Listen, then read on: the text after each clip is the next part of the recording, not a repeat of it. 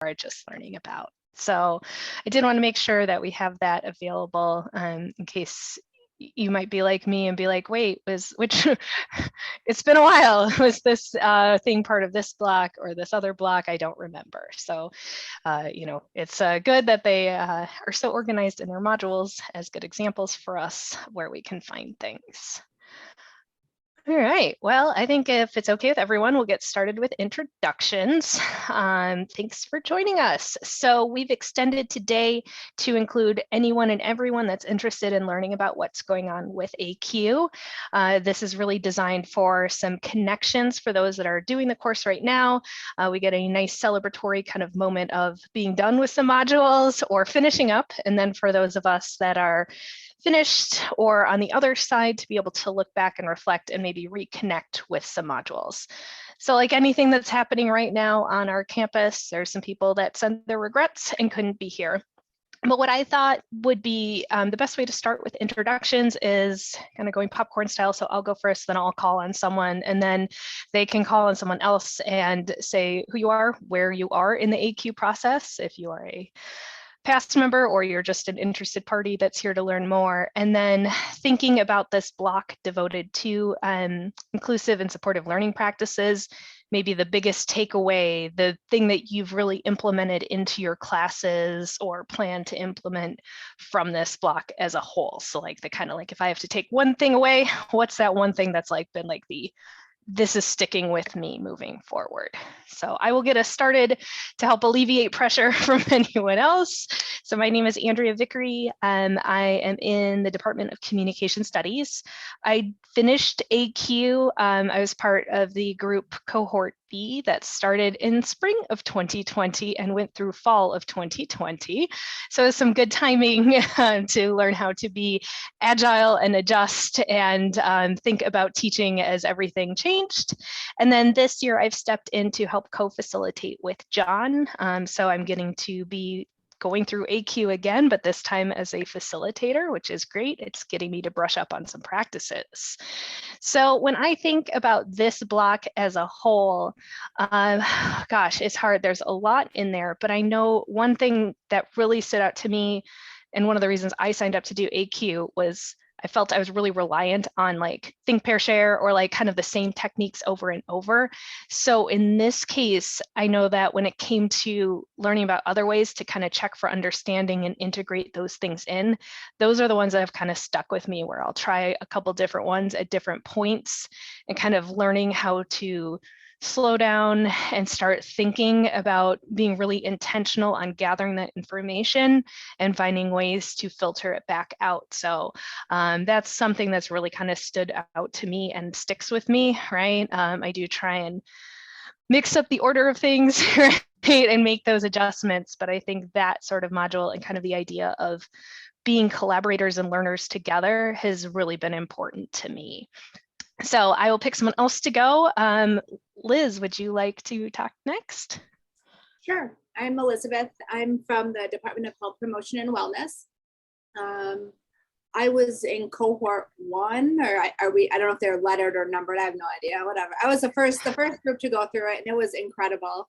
I'm block specific. I have no idea where you guys are. So I saw that there was a link. I honestly, in between meetings, I'd never had a chance to look at it, but I took really 2 major things away from the whole ACUE. And the first was really developing my my teaching skills online. I've been teaching online for, this is like 10 years now, but really going through ACUE had some really awesome pedagogical techniques that I was able to incorporate. And so I've really stuck with those. And, I talked to Andrea prior to, a few of our different interactions, just saying, we need more time for us kind of veteran, these folks who graduated from ACUE, to kind of come in and just chat, like to get a refresher so we can revisit these different techniques, because they are really great, but we tend to forget about them unless we're using them regularly. And the second thing is really just to keep refreshing my own pedagogy. So I do revisit a lot of my notes, just so I can kind of switch things up every semester. I mean, after a few years of, being away from the program, it's nice to kind of come back and see, all right, well, what am I missing? What haven't I done in a while? So I'm not doing the same old think, pair, shares and, fish bowls and so on, but some different things that are there. So it's just a nice toolbox to have. And I will pass it to Paul. Sorry if you weren't ready. Yeah, that's okay. Thank you. I'm Paul Tomaszek. I'm Associate Dean in Liberal Arts and Sciences. I occasionally get to teach, which is why I'm here, to try to learn something good. Also, I'm procrastinating writing a report that Grace, Max, and Clark knows about. So she's probably looking at me saying, you shouldn't be here. But anyway, I'm here and looking forward to hearing something good. Oh, Jessica Reher. Thanks, Paul. I'm Jessica Reher. I am in the Communication Studies Department. I am in the current cohort, so I'm only, I don't know, I think, 6 or 7 modules into it so far. And I think the thing that I've taken away has been most meaningful for me is really the first module on the syllabus day. I will tell you that that's my least favorite day ever, because I always feel like I'm just talking at students, and that's just not my style. And so I'm like, God, I'm boring myself as I'm going through like my class policies. And so if I'm boring myself, I can only imagine how like just draining students are. And that's not how my classes run. And that's not how the day-to-day is. And so it's always felt like there's a really weird disconnect to me between this first day that's very lecture-y and very boring, and then by day 2 or day 3, we're totally doing much more hands-on active learning strategies. And so students kind of get the wrong interpretation of what class is going to be like, or what my pedagogical style is from the first day. And so it's just been this slog that I just dread going into the first day. And I've tried different things. And so the tools, it was like I was hit by lightning, like, why haven't I ever done this? Like, I know how to use some of these strategies in other classes. So that's the one that even now that we're, several weeks into this, I still keep going back to that. I need to start better from that very first syllabus day and having that discussion a little bit better. And I will pass it off to Steve.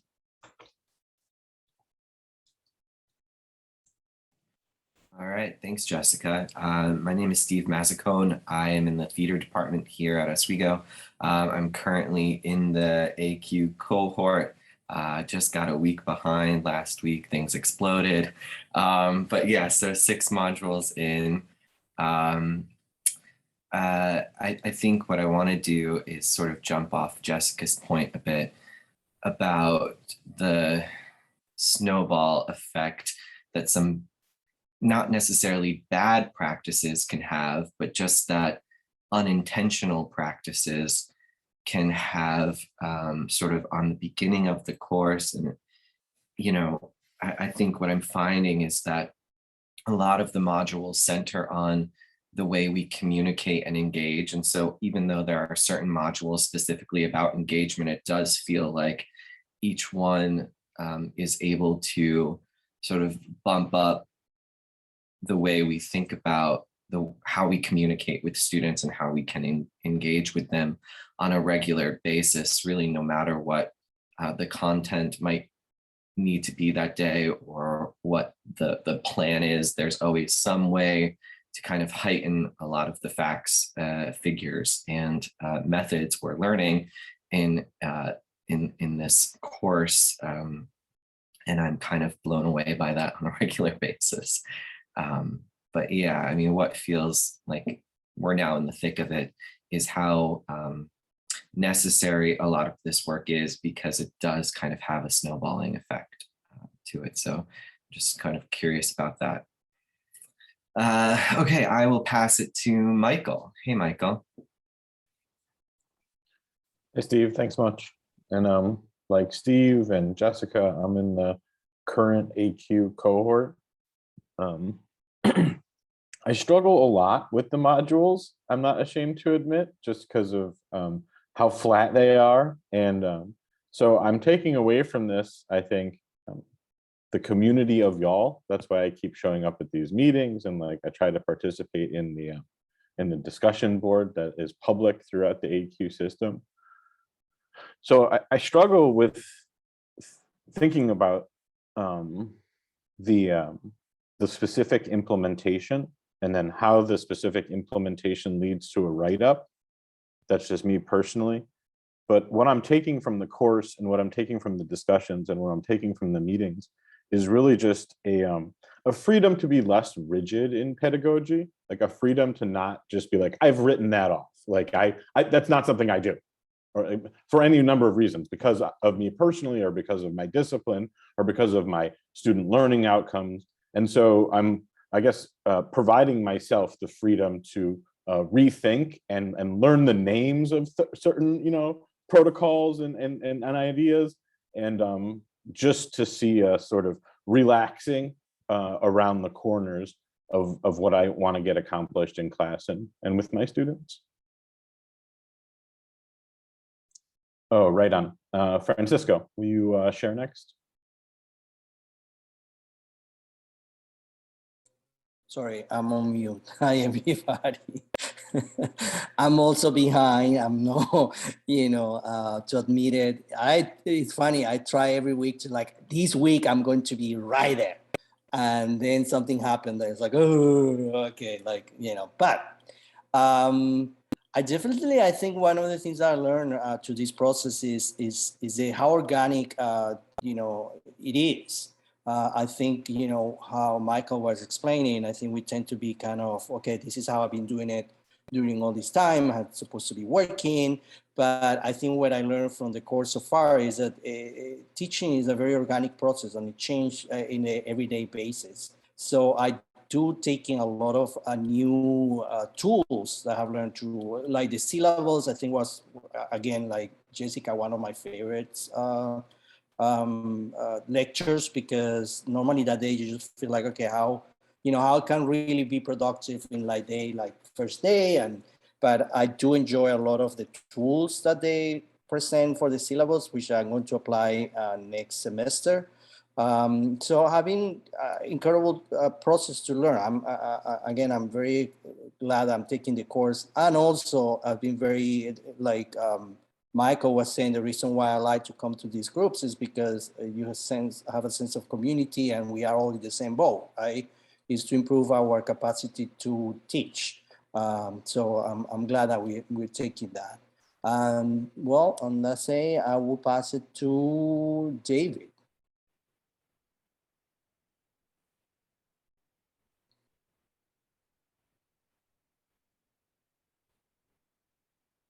I'm sorry, Francis, is it me, Genevieve?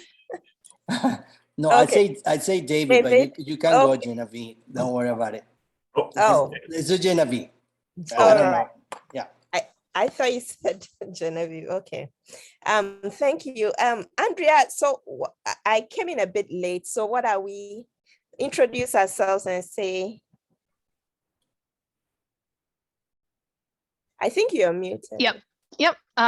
So just who you are, where you are in the ACUE process, and kind of the biggest takeaway when we're reflecting holistically on the big journey. So not necessarily what we've been doing, which is like specific module and lesson, which is where Michael's like, no, I want to, I can see the anthropology in you coming out, right? We need to embed in a context, right? So just sharing maybe the biggest kind of lesson takeaway that you've been getting out of ACUE so far.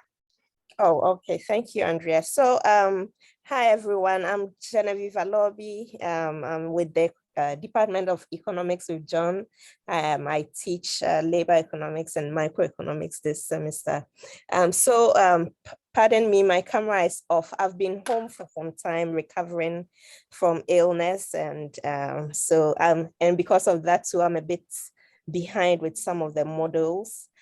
Still working on some of the things. So for me, the biggest takeaway has been, I guess, like Jessica, Michael, and Francisco, Steve are saying, having that community And then being able to see myself in some of the videos that I watch, especially, you know, the ones that we watch for the discussions that says maybe the instructor didn't do something right or is trying to get it, but then it's not really getting there.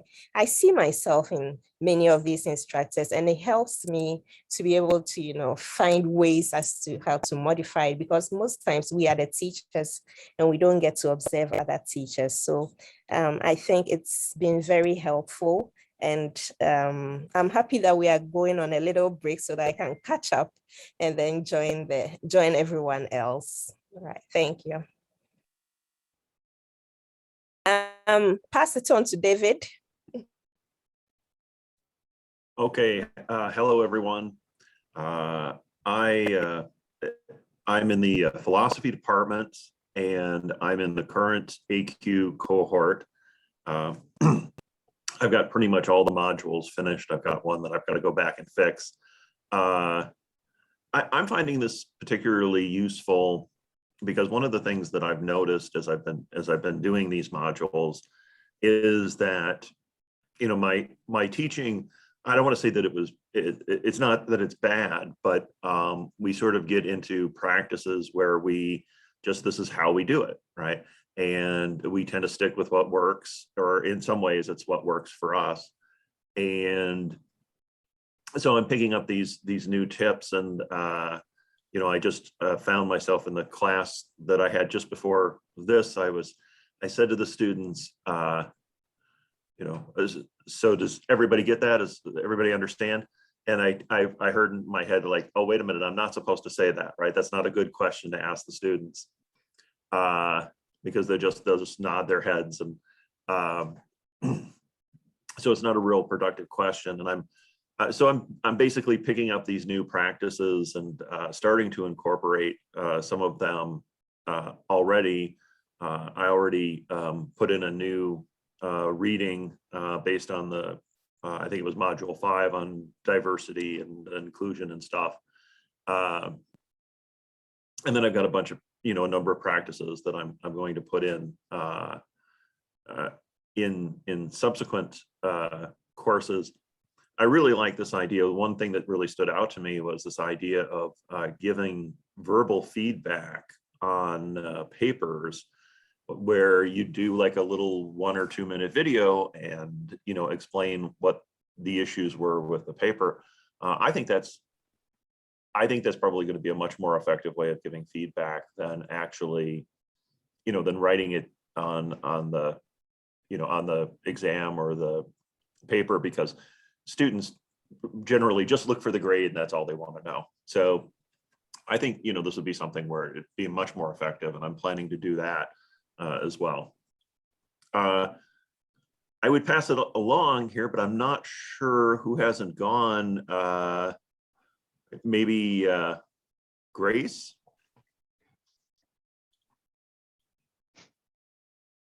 Hi, everybody. I'm Grace from EOP, the Educational Opportunity Program. I'm also way behind, but I'm, like Michael, excited to have the community to share things with. And one of the things, especially with the topic that creating an inclusive and supporting environment, is similar to Michael talking about the rigidity, you know, still staying focused on the objectives for the course, but also recognizing the adaptation we have to have for the student body in front of us and how it's ever changing. I, you know, often go back and forth between wanting to make sure I get done what needs to get done, and feeling like I'm doing a good job, but also really recognizing the needs of our students. So I look forward to learning from everyone today. And I don't know who else is left, if there is anyone. Thank you. Thanks, Grace. I think Yanggang, you're the only one we haven't heard from yet. Yeah, I joined late, sorry, yeah.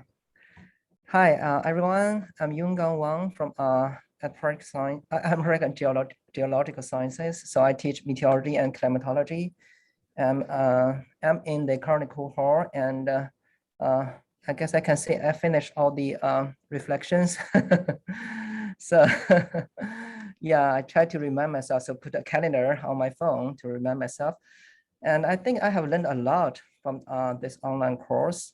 And some examples may include, you know, like that 1 minute paper. I don't know, it was Andrea or John who graded my reflections, but I got feedback from you as well. And actually, I also try to combine some, different practices we have learned in different modules. For example, we have learned how to use the 1 minute paper to get the anonymous review or feedback from students, and also that another practice saying that we can do some peer review feedback so that students can evaluate the other one anonymously. So I combine those two. For example, one, I ask my student to do a presentation. So it's like, everyone finish their practice presentations. So this one is not graded one. So everyone can, can relax and talk about their research topic. And then after everyone is done, so I shared a Google form with all of my students so that they can give their feedback to their peers. I think it's really useful. And the next session, I just came out with a list showing the suggestions, pros and cons. I think my student really liked that session. Yeah, I got positive responses. Yeah. And also another good useful thing for me is like, when I learn those modules, I took notes so that, because, I think, for example, early next semester, I want to go back to the first module. What are those, valuable practice I can use for my first course? I think that, for example, that what do we call that? We have all the fun names, like parking lot, so that I can ask student to put a post-it on the walls. Yeah, I'm definitely going to use that one. Yeah. All right, thank you. I don't think I need to pass it to anyone, huh? Forgot about Teresa. Teresa. Sorry. There it is. Hi, everyone. I'm Teresa Gilliard-Cook. I'm the senior instructional designer. I'm way behind too, because there's been just a lot of different things going on. And as Andrea and John mentioned too, in our as we migrate from Blackboard to our new DLE, our digital learning environment, one of the wonderful tools that are available is the fact that you'll be able to do those quick little video feedbacks easily within this. And I did, when I saw that, I knew there would be a lot of faculty interest in that because it seems to be a better way to give some feedback, because students can really get to see you and see your, read your face a little bit and stuff like that. And I think that's another way, thinking about it from an online perspective, how to build that instructor presence that a lot of times students don't feel in that online course. One of the things I have appreciated about going through ACUE is all of the reinforcement of the learning theories and even the instructional design theories that I'm based in as far as for what I do. So it was lovely to see that in this, and I knew it would be there. So there was never an issue with that. But it does help me try to find ways to reconceptualize some of these tips, some of these ideas, and reconceptualize it for online. How can we do something similar online? Because in the online, it should be equivalent, not necessarily equal. So how do we do that in ways to keep our students engaged? So students feel like that you as an instructor have very much a vested interest in their success. So those are, as I think about all of that, this has been really helpful. And it's also helpful too, as we make this migration, as processes change, of the materials that the instructional design team can create to complement everything that's going on in the ACUE cohorts. Yeah, thanks for that, Teresa. I know that when I was looking back through, they have made some good improvements, right, from when I was in the cohort to now, where they're more explicit about the online, and even kind of changing the name of this. It used to just be called like a supportive environment, but now we're acknowledging that some of those techniques, and what we're seeing from students is, a lot of our classes are not really just divided into one or the other. So I'm thinking about the ways that we can use even the ideas of like the anonymous message boards or things like this that, would be in one can still be used in a face-to-face class. And like you say, right, being able to achieve the objective of what we want, but being maybe flexible or innovative on the ideas. So I think in here, what would be really great in terms of some discussion is maybe using what we now have as our vocabulary, right? Some of the techniques that are really working well for you that either you learned about or were reinforced in ACUE. Are there some really good kind of techniques? I've already heard the 1 minute paper get mentioned, right? I've heard the parking lot get mentioned, right? For the first day. What sort of techniques are really working for you that you've learned about and maybe tried out?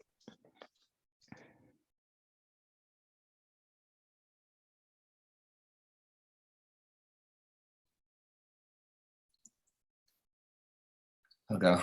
Yeah, thanks, Steve. Well, what kind of felt initially impactful right off the bat was this idea of reconnaissance, whether it was for the syllabus or I also have been able to use it for assignments, right? So we would do, like we did a midterm assignment reconnaissance, which felt really, really engaging to them and really helpful, because that way I could make sure that doing this reconnaissance felt like an event as opposed to just some kind of announcement of this midterm assignment that was a big deal to the course and a big deal to them. So that's maybe the biggest example that jumped right to my head. And that's a good one because we hadn't named it yet. So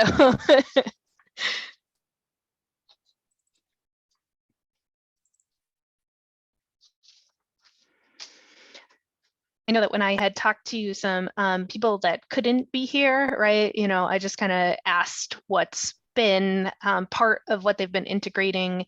And I know Liz Schmidt said that, she does the first day email before, the first day starts. She does an online version of the parking lot.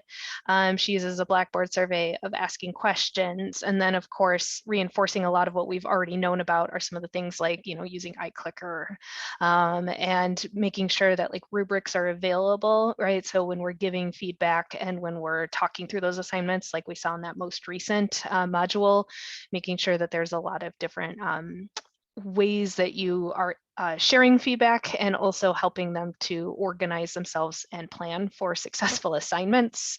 And I think in there, just kind of like a general reflection is what Gwen kind of said, right? So same thing, it hasn't really been one necessarily activity. So same thing like you, Michael, it's kind of the putting it all together and thinking about it more collectively, of reframing maybe class time, thinking about, what didn't even work in the past, right? The last time you saw them, to be able to make those adjustments and using student feedback.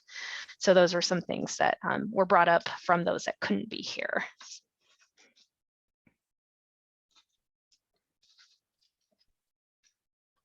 So what other techniques have you tried? One of the things talking about what I have taken from the entire course, but my classes are very much, I teach video production. So a lot of the work that my students produce is, let's say, not necessarily theoretical, but more practical and creative. So sometimes to put this in a rubric and be sure that you can give a specific point to specific things has been always kind of a challenge. However, through these modules, I was able to come with a better system that my students can understand better where the grade is coming from. What is I'm looking for that you learn and that you put in practice when I see your video. Certain students tend to say, well, but it's very creative, right? Like I should get an A because it's very creative. Yeah, just because it's creative doesn't mean that it's well produced. So what exactly is I'm looking for is quality in, do you did white balance before you start your production? Is your 3-point line is there? So having able to reconfigure the point system to these specific rangers that allow the students to have a clear vision of what I'm looking for.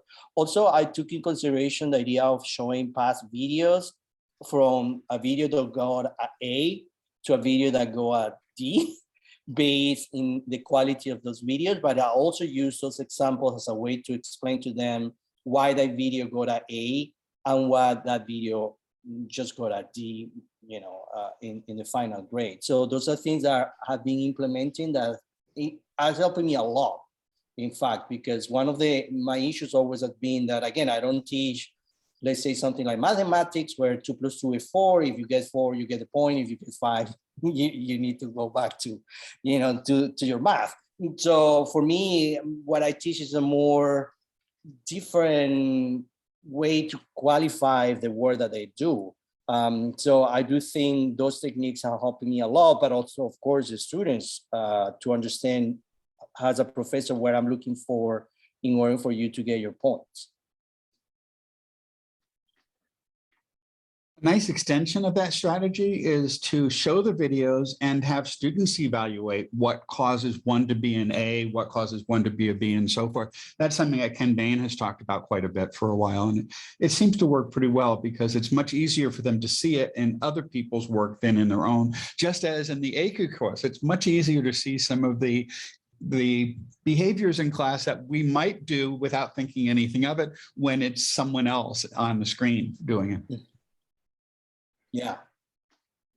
Yeah. And I know sometimes it's, when you learn all these techniques, you kind of have to adjust them based on what class you're teaching. So I know that like Alana said, like she's really intrigued by the video feedback, but it probably isn't going to work really well in the 100-person class, but she's tempted to try it. And then I know like one of the ones that was a big hit when I did it was I did the online buddy system when I was in ACUE. That was the assignment reflection I picked, and the students loved it. But I also know that was probably because it's COM 100 big course, and it helped when we went online. So it was like, check in with your buddy, and they're like, oh, thank God, I was feeling really alone. And I'd love to do it again, but I'm teaching like the upper division classes or like a grad class with 5 people. So we don't really need buddies in a 5-person class. So we are each other's buddies. So it's like, learning about some of these, it's like you see that some work pretty well in some environments, but then not others. But I know that it really helped me with like the feedback of being able to improve the process of even talking about assignments and introducing them. So I kind of am here with Stephen where it's like, you can use a lot of these ideas to rethink kind of how you're using your time, and same thing that Michael says, right? So sometimes as an organized person, I'm like, oh no, I need to launch into like, here's everything you need to do the assignment. And now I'm like, okay, well, I can record a video, we can talk about it, we can do like the recon sort of activities, and that works better to be able to get through than like, don't forget, right? Or watching those videos or sharing those examples. One of the things that, again, I think I took a lot from the really early modules for some reason, was addressing those early, the first couple of weeks of the ACUE modules, but also in the CELT reading group, what inclusive instructors do book for this year, was around creating community in the classroom. And I had thought that I was doing that before, and I think to a certain extent I was, but I've been much more mindful about how I've been doing it this semester.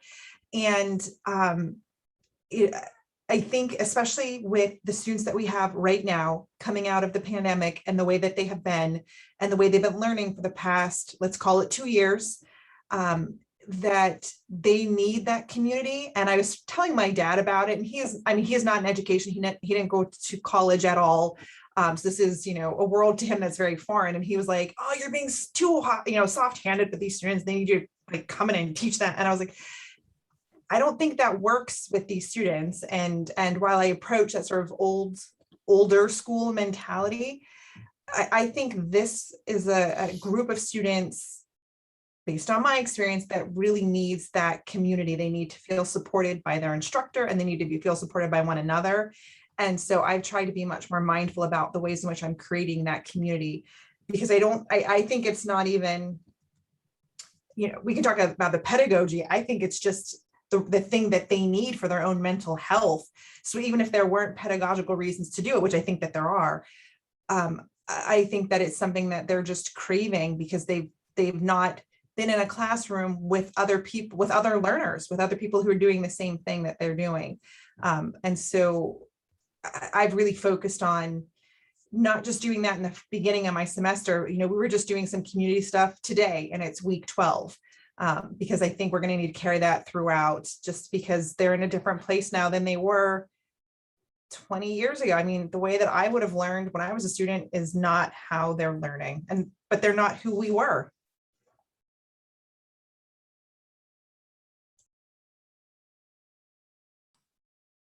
I just wanted to throw in a practice that I'm planning to put into place that I thought was really interesting.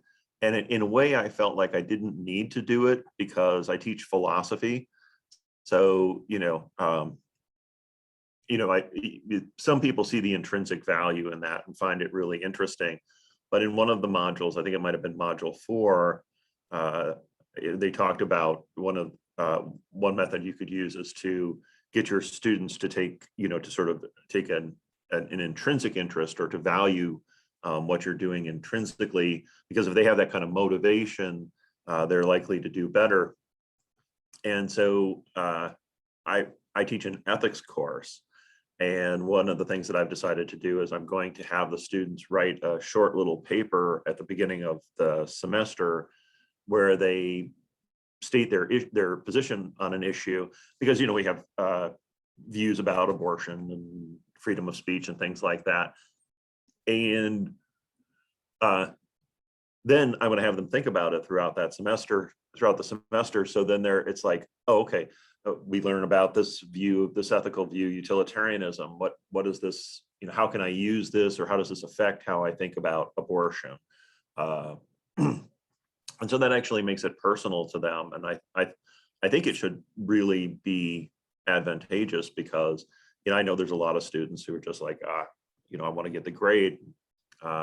Hopefully this will help. I thought that was a really interesting technique to use. It kind of makes me think, since we have a lot of the cohort here, some of the comments that Steve has brought up about even getting people in his theater class that are there, gen ed, or what they think theater is, right? I think some of those assignments could be very helpful for reframing and some of the practical so what, right? This is why I'm here. So doing that sort of assignment, Dave, sounds really great. And it kind of connects to some of those ideas that Steve has brought up about, building discussions from the beginning and even starting with what people know or think walking into the class, and then how that knowledge kind of changes or grows over time.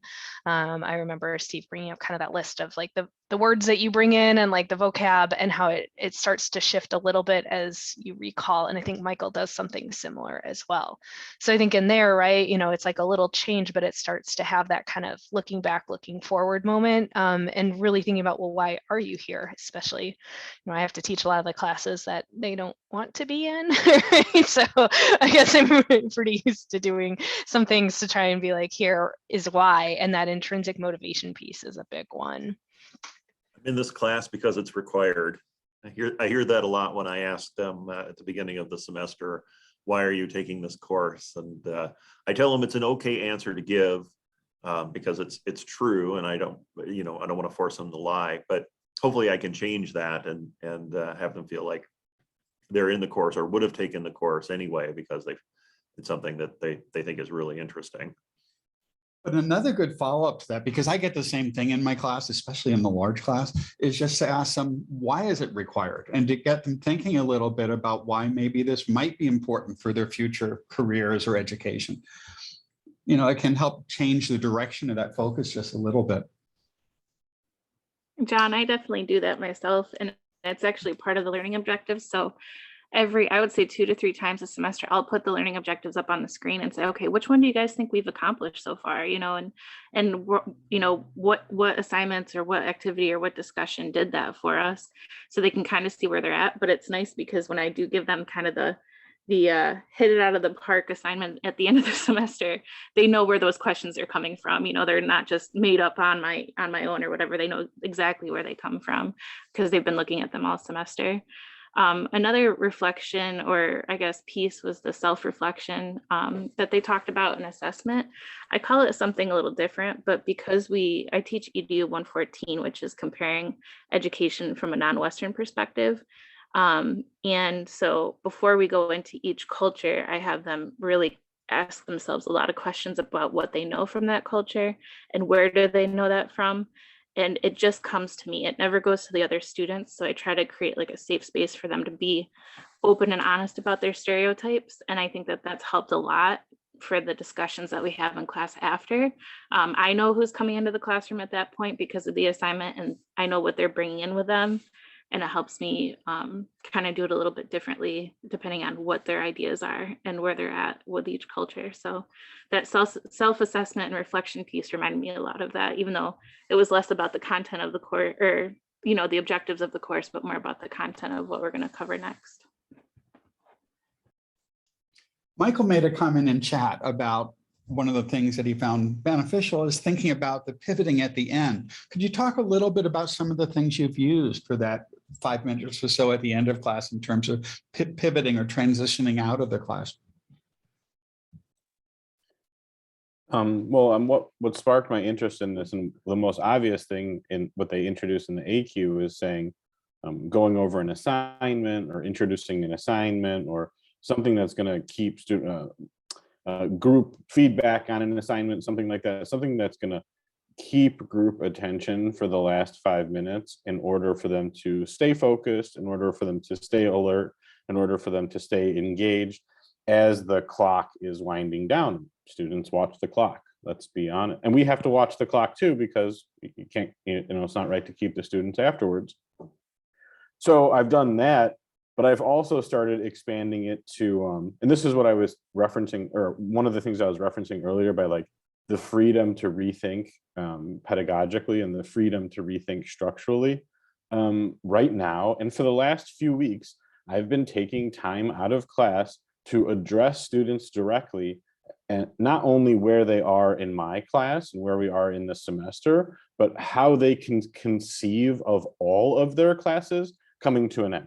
Because we all know how disruptive the traditional Thanksgiving break is for students, to just come back and have one more week with a bunch of assignments and then one more week of finals.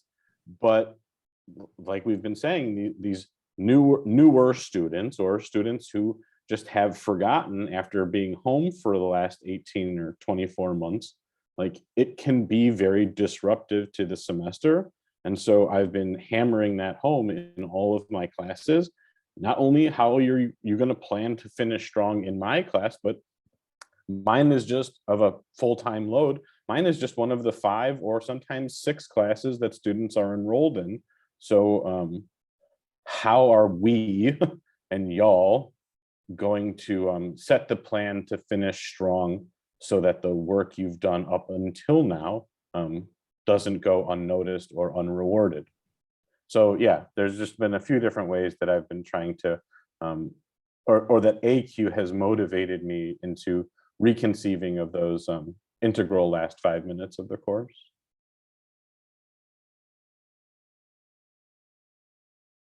And I think, you know, this is when I think of kind of where you ended on that, like the reconfiguring to bring it to some of the other things that we're starting to talk about are some of those challenges, right? So, you know, I think it's a good time to think about that, right? Because if you're doing that, right, we always have to have that trade-off and that balance. I have this content I need to cover, but I need to do this, right? And right, and kind of those competing challenges. So has there been any kind of big challenges that you've been facing as you've been doing ACUE things? Have there been any activities that have just failed when you tried them? Has there been anything, right? Again, right, this is why we come together as a community. We're not at yet where I can share the module where I had one that just didn't work and now it works. So I don't know what I did wrong the first time, but it works now. But if there's anything, you know, that can kind of have us think about these challenges and even reframe them to think about it. We know the big challenge of time already, or the big challenge of setting aside time. So maybe not that direction, we've heard that, but you know, if there's been any activities that you're kind of still going, but how do I do it? Or I did it, and what can I do to make it work here at SUNY Oswego with our student population, with me as an instructor?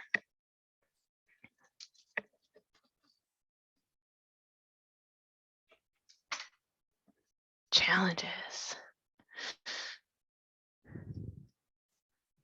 I'll start us off by looking at one. So if you're trying to get started. I know that with one of the modules, right, was about trying to improve student like time management knowledge, right, time management strategies and regular reminders, right, under the helping students persist with their studies.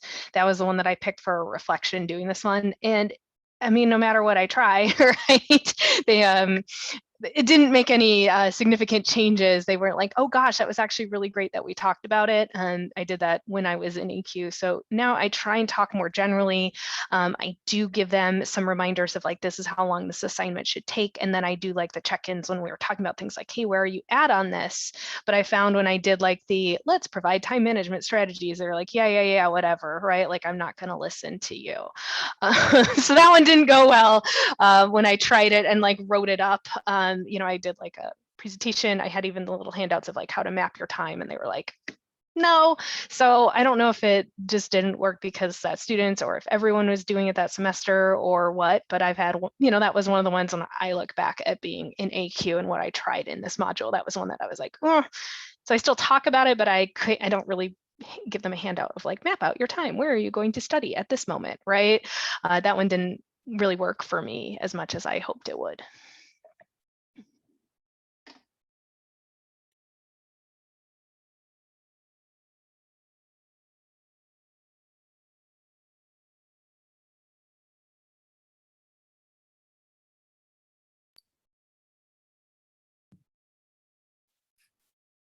So I guess I can jump in here, and I think it's that same module I'm going to talk about a bit, the helping students persist in their studies. I found that was a tricky module, not for our comprehension, but I think for students to feel the impulse that we are nudging them to take additional steps in this course that they might not necessarily feel their steps that they should take. I feel like there was a little bit of resistance because the way that I sort of channeled this implementation was to, instead of a particular reading assignment, I kind of gave, I don't know, like students' choice, right? Like, so we were reading play text. And so I sort of allowed them the opportunity to choose which play they wanted to read and write about. And I guess I would say that it didn't, I don't know that it yielded better papers, but I feel like they were invested in the choice. But beyond that, I don't know if there was a particular, result to, for like, I guess the end point was not necessarily as successful as I think the act of engagement and the act of giving them a choice is helpful in itself, right? Because then they are open to maybe explore and take a little bit of ownership as to why they chose that particular title, but yeah, that's a really tricky module, I think.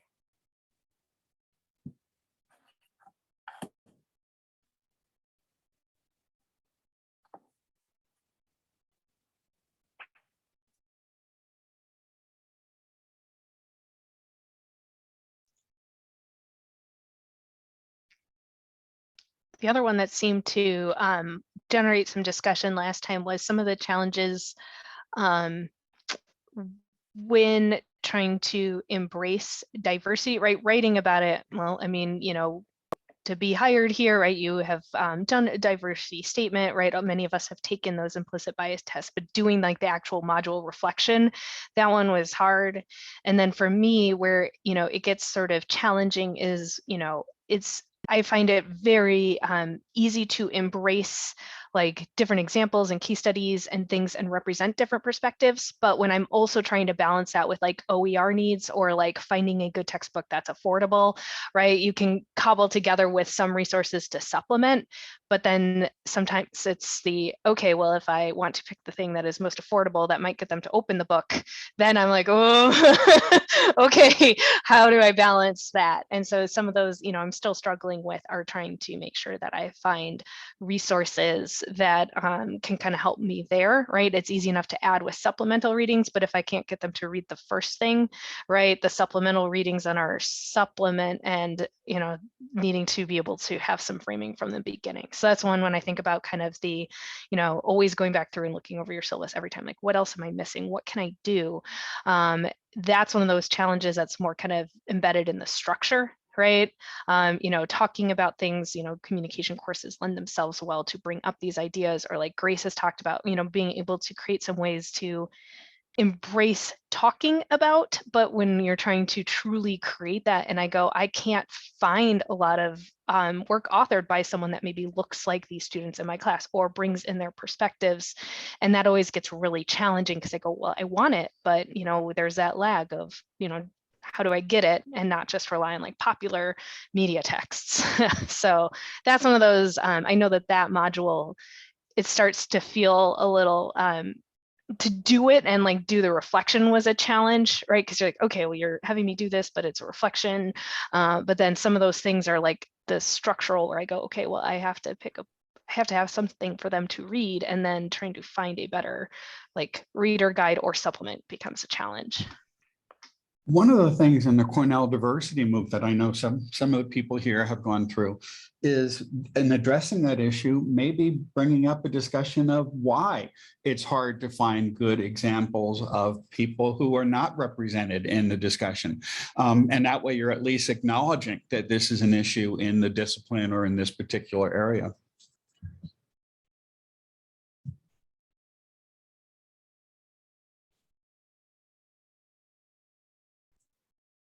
I'll also add that from the module 4 and helping students persist in their studies, that one's been really frustrating for me this semester, because I feel like, you know, I've tried to implement some of those activities, things like offering specific feedback to help students improve and all of that.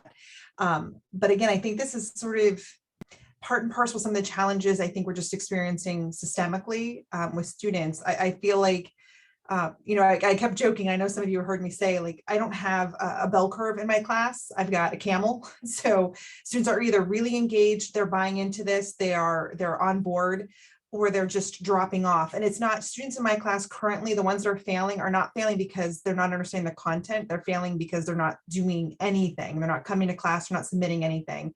And so I think, you know, I employed a bunch of these activities from module 4, and the students who bought into it are all in and they're good to go.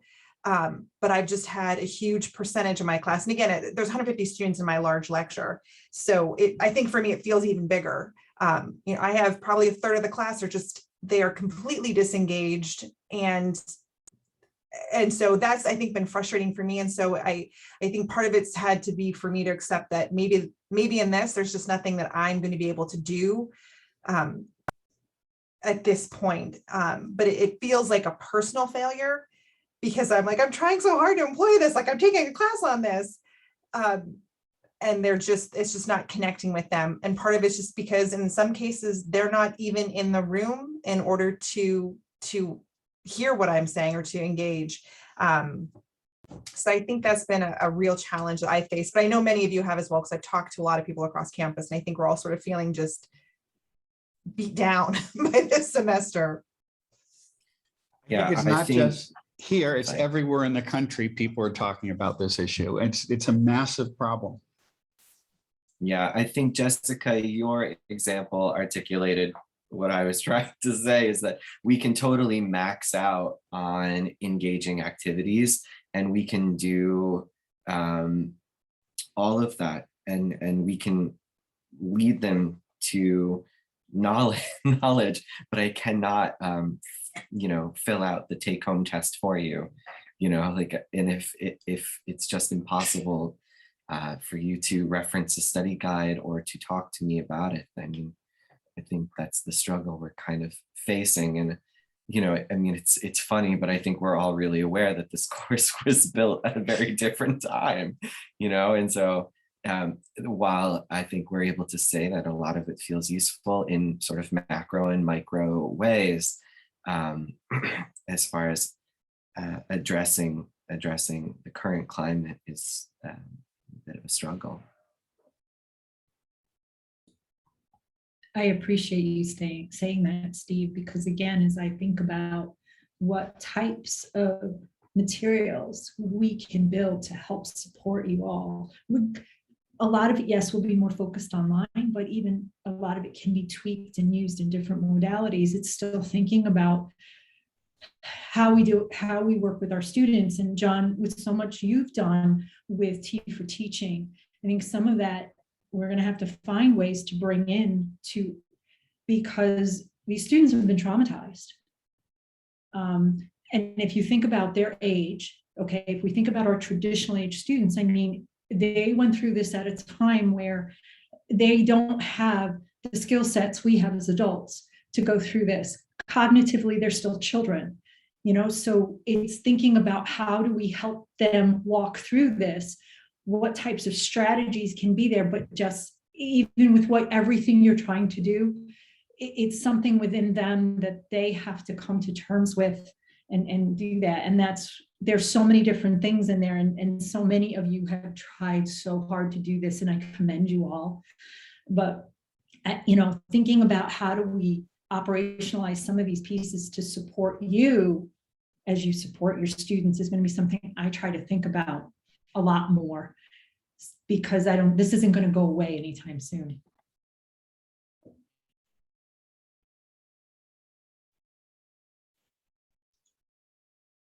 I think that's a really good point, Teresa. And I also think that, again, it's hard when kind of think it might be the same people that are coming to try to make the teaching better are the ones that we're trying to be flexible, that are going to try the new thing that might work. And then, but it's that challenge, right? It's doing something to help the student learning and try and meet them where they're at. It's kind of been a theme for my day and what I was doing before this earlier when we were kind of talking about Gen Z, meeting them where they're at. But then even where they're at, if we're people that want to go and say, hey, give me that evidence-based practice, or give me this, everything was pre this world. And so now we have to kind of envision what happens next. So thinking online courses, or even students will want things, seeing Michael's comment about like Discord on the thing, like to be able to have some of that asynchronous discussion that works better than Blackboard, where they can actually interact with each other. And so it's like thinking about how doing all these things, but then at what point does that burn us out, right? If we're the ones doing all of it and we're the ones trying. Exactly, finding that balance. Because I know this has been tough on all of you as well. I mean, when Greg and I ran the flexible teaching workshop, we had so many of different faculty coming in at various times, and it wound up in some ways to be really a support group, because so many of you were struggling, and understandably. I mean, we all were in different ways. But it was wonderful to have that kind of conversation with the faculty that were engaged in that, because they were talking about the things that were worrying them and stuff. And no, as an instructional designer, do I know what to do with that? Heck no. But at least having those conversations, and it makes us think, okay, what's out there? Is there anything out there? And there really isn't, because you're right, Andrea. This is a whole new world.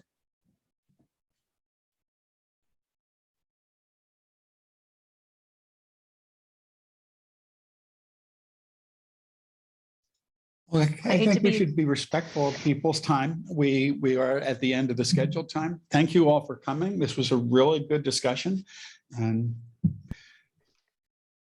good luck with the rest of the semester. Thank you so much. Thanks. See everyone in the discussion board. See you in the spring. Nice to see you guys. Or sooner. Or sooner for many of us, like tomorrow, Wednesday, Thursday. All right. Bye. Bye. Bye, John. Bye.